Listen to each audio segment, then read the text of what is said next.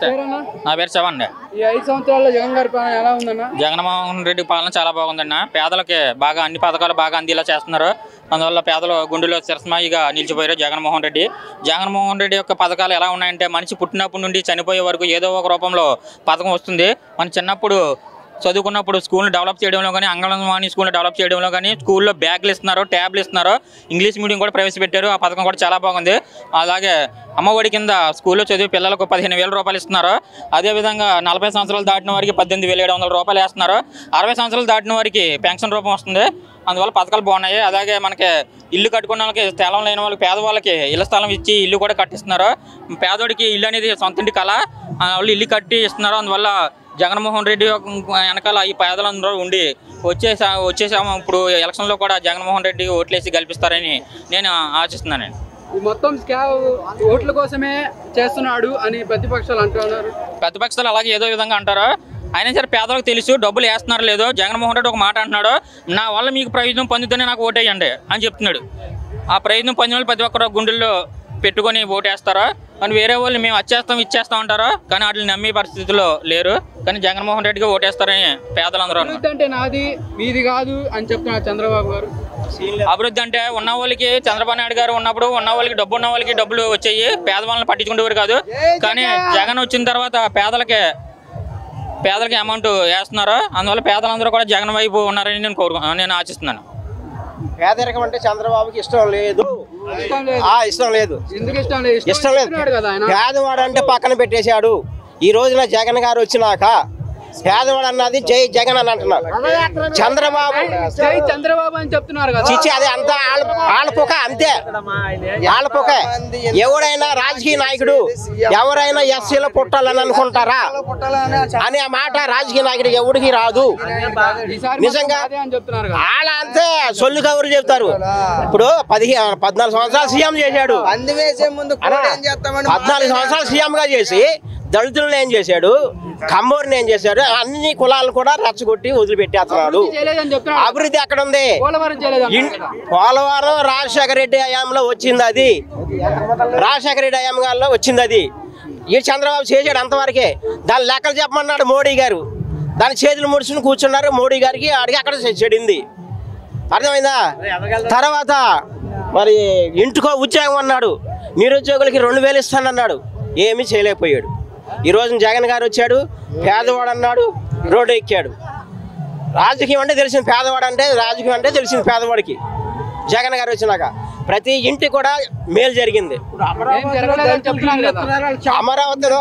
అమరావతిలో దళితులకి ఏంటి ప్రతి ఒక్కరు కూడా ఇళ్ల స్థలాలు ఇచ్చారు. ఈ రోజున రాష్ట్రంలో ఎక్కడ కూడాను 31 లక్షల ఇళ్ల స్థలాలు ఎవరు ఇవ్వలే. 3 రాజ్యాల్లో రాజధాని అట్లా చేస్తా అని చెప్పాడు. ఇంకా చేయలేదు కదా.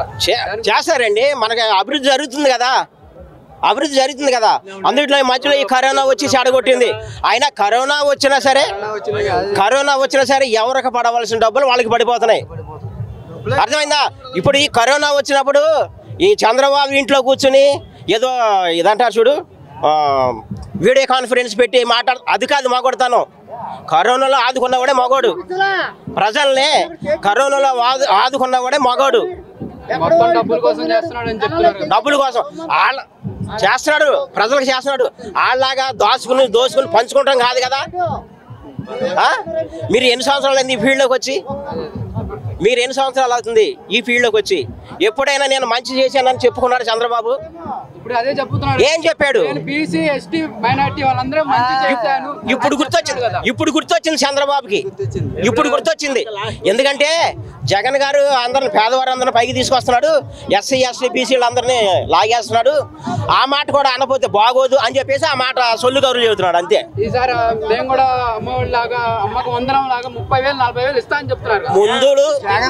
ముందు వాళ్ళ అమ్మకి వందనం చేసుకోమని చంద్రబాబు గారిని ముందు వాళ్ళ అమ్మగారికి వందనం చేసుకోమనండి. అప్పుడు పేదవాడికి చేసినట్టు కరెక్ట్. ఇప్పుడు జగన్ గారు ఇలా పథకాలు చేస్తుంటేనే శ్రీలంక అయిపోద్ది అంటున్నాడు కదా. మరి ఈ రోజున ఆర్టీసీ ఫ్రీ అంటున్నాడు, తర్వాత గ్యాస్ బండ్లు ఫ్రీ అంటున్నాడు, అమ్మకం వందనం అంటున్నాడు. ఇంట్లో ఎంతమంది చదివితే అంతమందికి 15,000 చేస్తాను అన్నాడు. ఎక్కడ తీసుకొచ్చి వేస్తాడు? పింఛను కూడా పెంచుతా అని చెప్తున్నాడు. ఆయన్ని సోలి కబుర్లు చెప్పడం.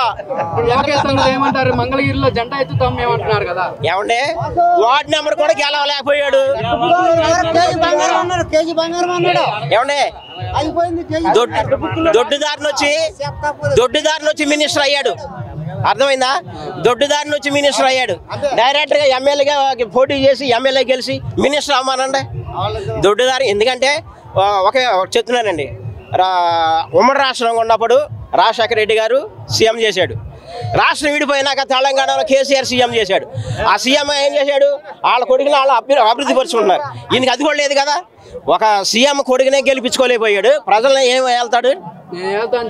ఆయన సొల్లు కావాలి. లేదు లేదు. మరి పవన్ కళ్యాణ్ గురించి ఏమంటారు? మాత్రం పవన్ కళ్యాణ్ 175 కొట్టేస్తా అని చెప్తున్నాడు.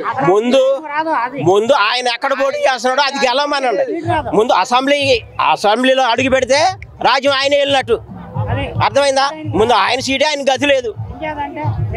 ఏమంటే ఆయన సినీ స్టారే కానీ రాజకీయ స్టార్ కాదండి. ఆయన వేస్ట్. ఏంటంటే ప్యాకేజీ బాబు అని అంటున్నారు కదా, ఆయనకి డబ్బులు ఎప్పుడైతే చేతిలో ముట్టుతాయో రోడ్డుకి గంతులు వేస్తూ ఉంటాడు. అంతవరకే కానీ ఏం కాదు. సీట్లు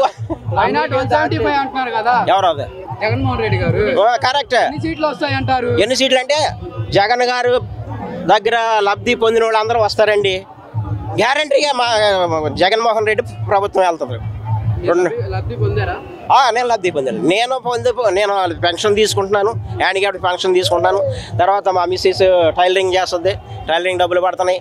మా పిల్లలు బీటెక్ చదువుతున్నాడు, బీటెక్ డబ్బులు పడుతున్నాయి. అన్నీ చేస్తున్నాడు.